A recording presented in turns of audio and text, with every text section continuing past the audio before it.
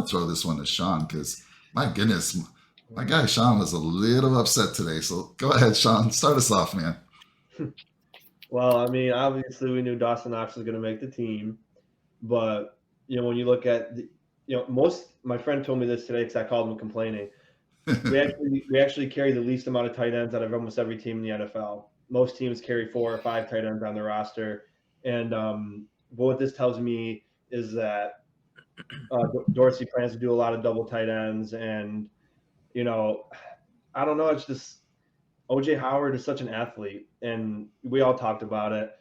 When you look at him on the field with Knox and Diggs and Davis, you're just like, and Crowder and McKenzie, you're just like, wow, like who pick your poison, who you're going to guard because it don't matter. And then when you look at Tommy Sweeney, like kind of just like a rectangle, just a guy. He's decent, but I don't know. I know he had a good camp and everything, but just to throw, you gave 3.1 million guaranteed to Howard to be on your team, so now he can just go on a vacation the rest of the year and not play football. All he had to do was go try out. You could have gave me $3 million to go get cut from this. And Quintin Morris, I know you guys like him, but like we're gonna continue this conversation as we get into the receivers. But people like to argue, what has Isaiah Hodgins done? Well, what has Quintin Morris done? Quintin Morris, he had a couple flashes in preseason, but he doesn't have NFL experience. I use the example for the running back, for example. If you use the experience, card, then we should have cut James Cook and kept Duke Johnson because Duke Johnson's got all the experience in the world. So, people like to pick and choose arguments of, we cut Hodgins because he doesn't have experience at receiver. But, I mean, is Quintin Morris even going to play a snap in a game unless one of them is hurt? I don't know. But, of course, they're Bills, so I root for them. But I was just very shocked that even keeping 3, they still didn't keep Howard.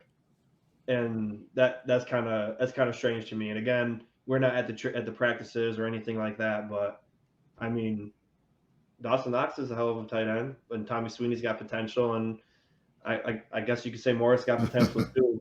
But I was just really thrown off by Howard getting cut, especially keeping 3 tight ends.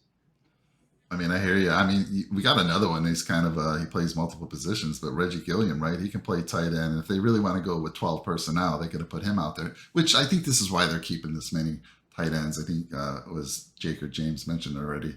They're going to run some 12 personnel, two tight end, and run the ball. Run the ball. So I can only imagine. I don't know much about Quintin, so I'm going to throw it over to. Let's go to James. You're the guest on the channel here. What's your thoughts on that OJ Howard move, and what's your thoughts on us keeping 3 tight ends? I apologize, Sean. I just, I agree.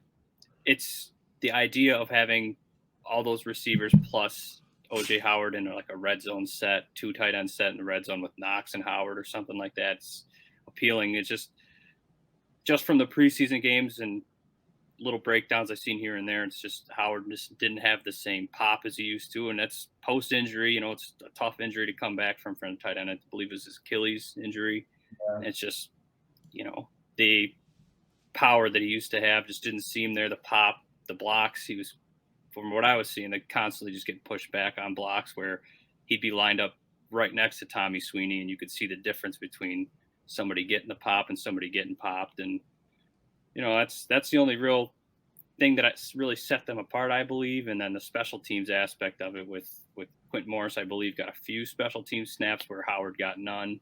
And that's a lot of what McDermott and Bean preach is that, if you're not going to get snaps at your position during the game, find another way to contribute. And, that's kind of where they kept Morris over, or Sweeney over Howard, I believe. And, they can't say enough about how tight that locker room is. And Tommy Sweeney was a guy that went out, I believe Quintin Morris even said in an interview, Tommy Sweeney went to Bowling Green to speak to the team and stuff and spent a little extra time with him talking about his future and how, making the practice squad's not the end of the road for him. So it's something like that.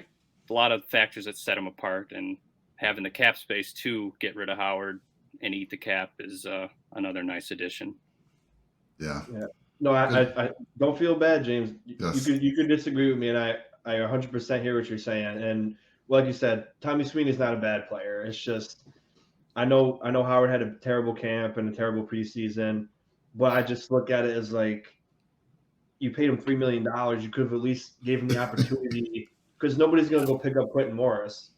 So like you could have gave Howard a shot at least for a couple weeks of the season. And then if he doesn't work out, then you cut him. You still lose $3 million anyway. You can take Morris back off your practice squad. That's all I was saying was like with the money invested, they could have at least gave him an opportunity to redeem himself. But everything you said, I agree with too. I can back that up also. And I always like Sweeney. I don't know. When you put them both next to each other and I look at what Howard did before, that's just what gets me. Like you mentioned, it's appealing, but of course he slowed down a bit. But I just thought they should give him a chance. But don't be sorry. You can disagree. Yeah, don't be sorry. We disagree all the time. Jake and I disagree sometimes too. So. Another thing was just Sweeney's just a big 6'5" frame. I see just a lot of red zone targets coming from him when people are going to be looking at Knox and Davis Diggs.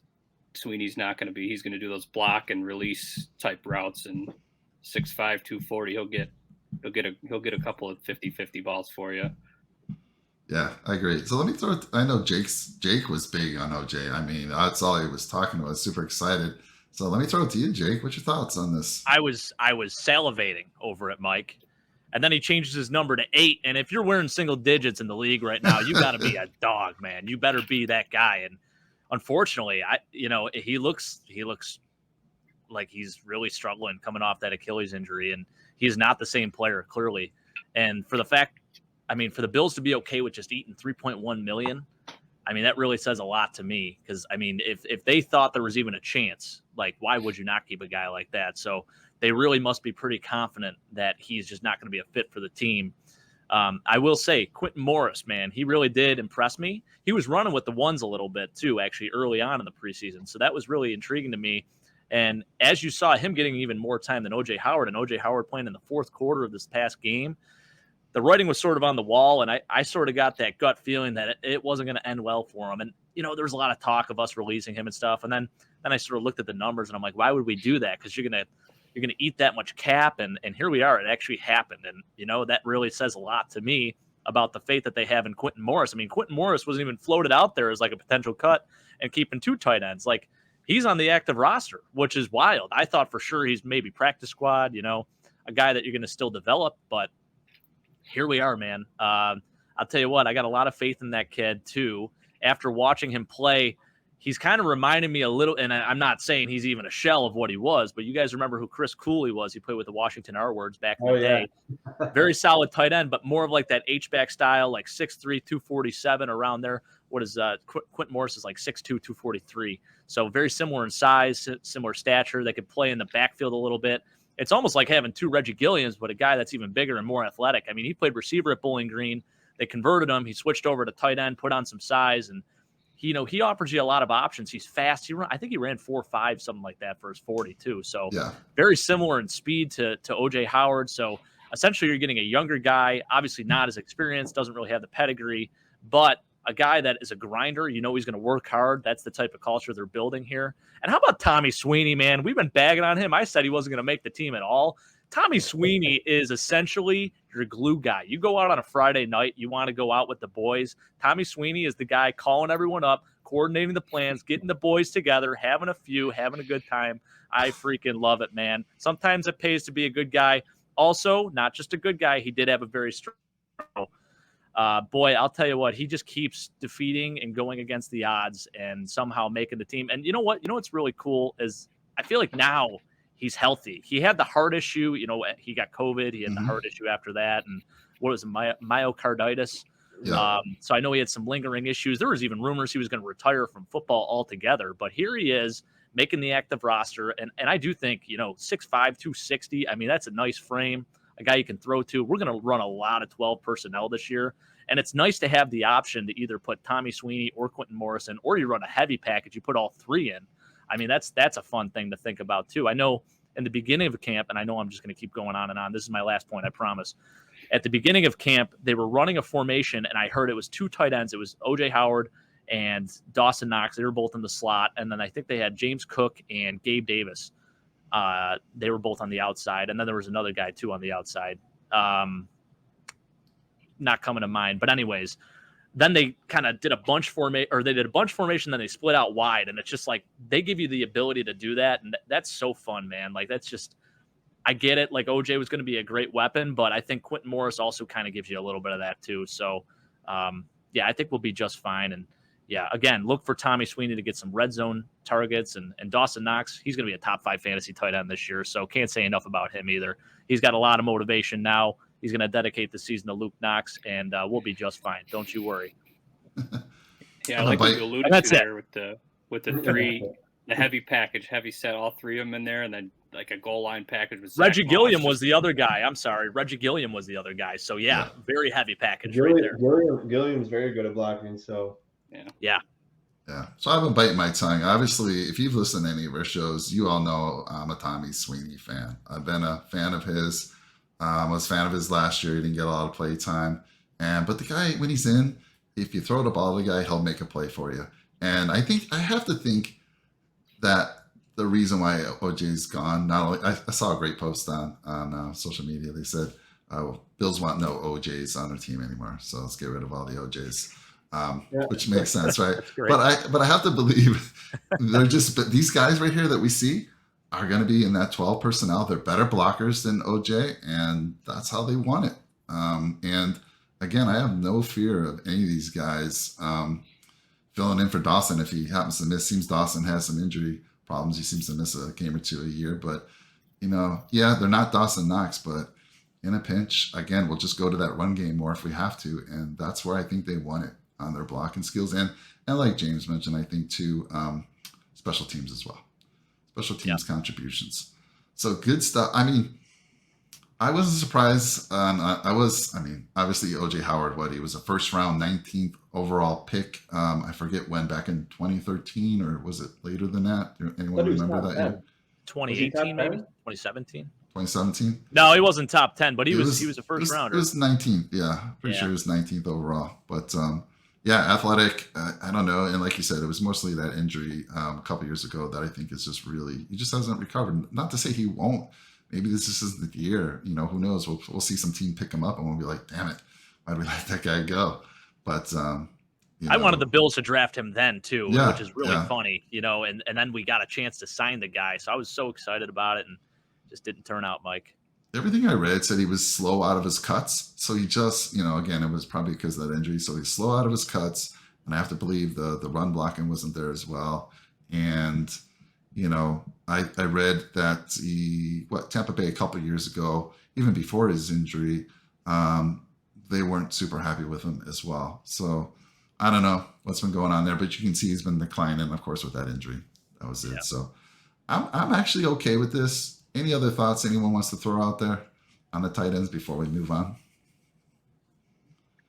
You feel better, Sean? I want to make sure Sean's okay, because I want to make sure you are okay, Sean, because this is about therapy too.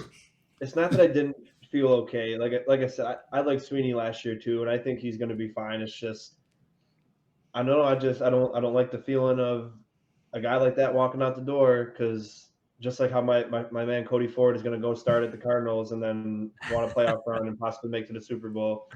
I just don't like the thought of you let someone like that walk out the door and then they excel somewhere else, because that happens all the time, and it might happen a couple times with us. So that's all. But I'm okay with that. I think, like you said, mainly for blocking, Allen's not going to put the game on the line with Quintin Morris or maybe Sweeney, but mainly just for blocking and heavy package and possibly, red, like you guys said, red zone. But I'm happy with that. All right. I didn't know if I was going to have Jake come up, drive up and give you a hug or something up there. No, not yet. Just to make sure. Soon. I do want to recognize, Brian Label's out there. We think this is Brian Dable in disguise. He just switched up his last name. He wants to talk punter. We're going to talk punter at the end. We have a slide about that. Let's see here. What else we got? We got to sign Brett Kern. Yeah, we talked about that. Again, we'll get into the punter later on. Let's see here. This was a fun one.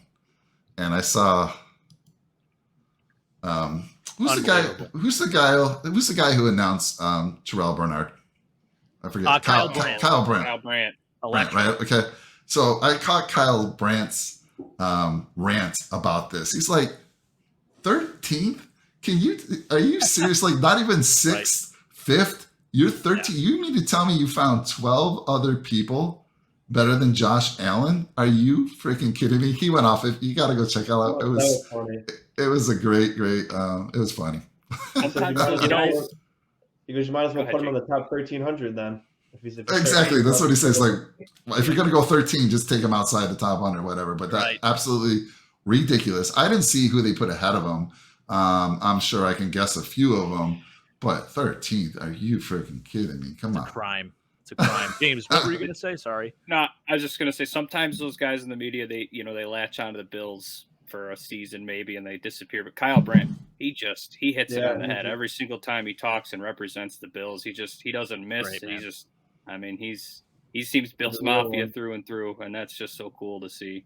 And yeah, as soon as I saw 13, first thing that came to mind, 13 seconds, obviously. It's so were fragile. they? Are you doing? But- Did they do that on purpose? What? But the I weird also thing thought is, about, as soon as I saw Josh at 13, I knew Brady was going to be number one, and I just didn't follow the list after that. I was like, that's all I need to know, and sure It's enough, ridiculous. Tom Brady. if they did it for that reason, it's screwed up because he was voted by players in the NFL.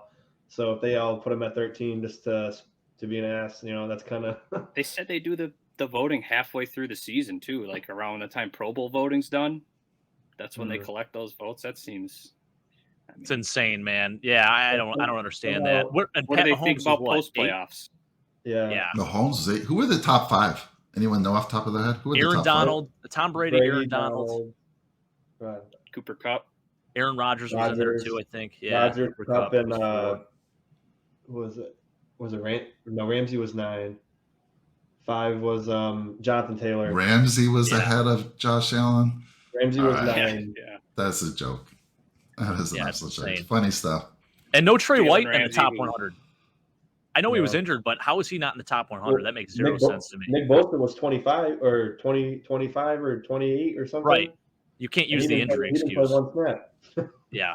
Mac Jones was 85. And listen, Mac Jones is the best. His peak is Chad Pennington. And I love Chad Pennington, but it ain't it, man. He's not, I could find 18 other quarterbacks that are better than Mac Jones right now playing in the league. One quick thing about Mac Jones, just the best throw he's made in his NFL career, pinpoint accuracy, was intercepted by Mike. Yeah, there you go, James. I love That's all it, we man. need to know about Mac Jones. Yeah. That is awesome because I know all of us on the show. I know all of America. When that pass was thrown, you're like, that's a touchdoustle. There's absolutely no way that's not a touchdown. We all thought that. And just fantastic play by Micah Hyde Hyde. was beat. Yeah. Hustled. That is crazy. I love it, man. Yep.